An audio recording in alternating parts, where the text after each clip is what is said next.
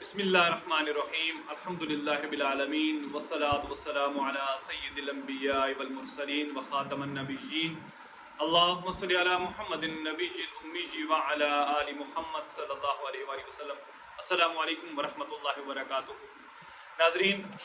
آج بڑے عرصے کے بعد میں آپ کے سامنے حاضر خدمت ہوں۔ ایک چھوٹا سا لیکچر ہے جو میں نے ریکارڈ کر کے آپ تک پہنچانا ہے۔ اللہ سے دعا ہے کہ جو سنتے ہیں وہ اللہ سمجھنے اور پھر اس پر عمل کرنے کی بھی توفیق عطا فرمائے۔ اور اللہ قرآن میں ارشاد فرماتا ہے کہ تم وہ بات کیوں کہتے ہو جس پر عمل نہیں کرتے یا خود کرتے نہیں ہو۔ تو جو میں کہتا ہوں اللہ سے دعا ہے کہ اللہ وہ مجھے توفیق دے کہ میں خود بھی اس پر عمل کر سکوں۔ میں آج آپ کو بتاتا ہوں کہ زندگی اور موت اس کے درمیان میں کتنا فاصلہ ہے اور یہ کتنی حقیقت ہے۔ اللہ قرآن مجید میں ارشاد فرماتا ہے کہ ہر ذی روح کو موت کا ذائقہ چکھنا ہے، وہ کوئی بڑا ہو، وہ کوئی چھوٹا ہو، وہ امیر ہو، وہ غریب ہو، اس کے لیے ایک دن مقرر کر دیا گیا ہے کہ فلاں تاریخ کو اللہ کے پاس پہنچ رہے ہیں تو وہ بندہ پہنچ جاتا ہے۔ بہانے مختلف ہو سکتے ہیں، ایکسیڈنٹ کی بھی صورت ہو سکتی ہے، ہارٹ اٹیک کی بھی صورت ہو سکتی ہے، کچھ بھی ہو سکتا ہے،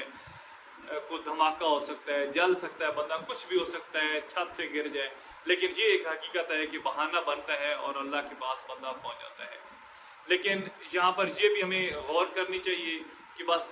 یہ دعا بھی کرنی چاہیے اور کوشش بھی کرنی چاہیے کہ جب تک زندہ رہیں اللہ کے دین پر زندہ رہیں، اللہ کے حبیب صلی اللہ علیہ وسلم کی سنتیں ادا کرتے ہوئے زندہ رہیں، اور جب دنیا سے رخصت ہوں تو پھر بھی حضور صلی اللہ علیہ وسلم کی تابعداری میں، اللہ کی فرمانبرداری میں ہم دنیا سے رخصت ہوں۔ یہ ہم سب کو دعا بھی کرنی چاہیے اور عمل بھی کرنا چاہیے۔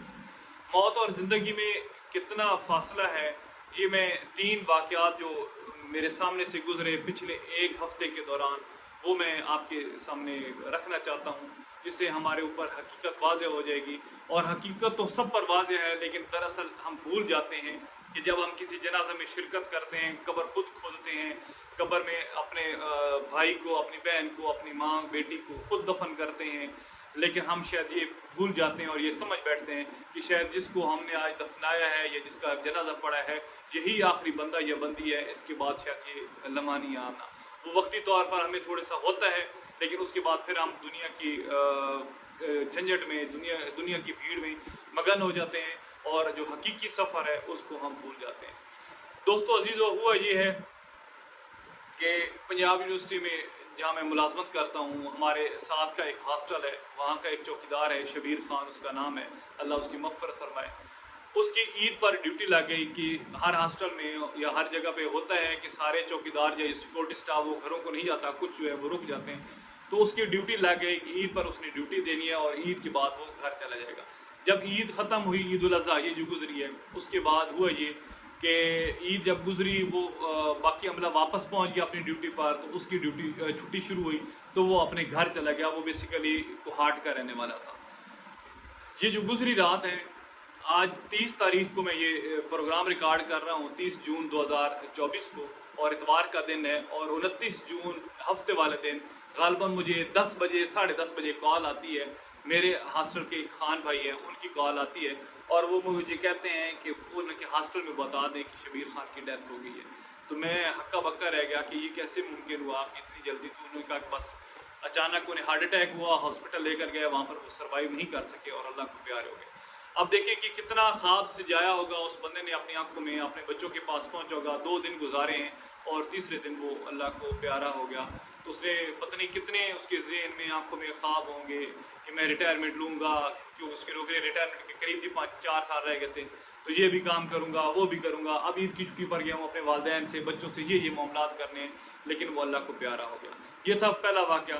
دوسرا واقعہ یہ ہے کہ 3 دن پہلے میں اپنے بڑے دیرینہ دوست ہیں، میرے ڈاکٹر ہیں، ہمارے سابقہ CMO chief medical officer retired ہیں، اور وہ میرے ایسے سمجھے کہ فیملی ڈاکٹر ہیں، کوئی بھی مسئلہ ہوتا ہے تو میں ان سے ڈسکس کر لیتا ہوں۔ ان کے پاس میں اپنی ایک بیماری کے مسئلے کے لیے گیا، وہاں پر پہنچا تو وہ ایک واقعہ سنا رہے تھے کہ ان کے ایک دوست ہیں،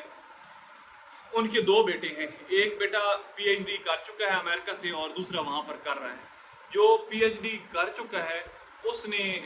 والد کو کہا عید سے پہلے کہ میں عید پہ گھر آ جاؤں گا، وہاں پر مل کر عید کریں گے، تو باپ نے کہا کہ ٹھیک ہے آ جانا۔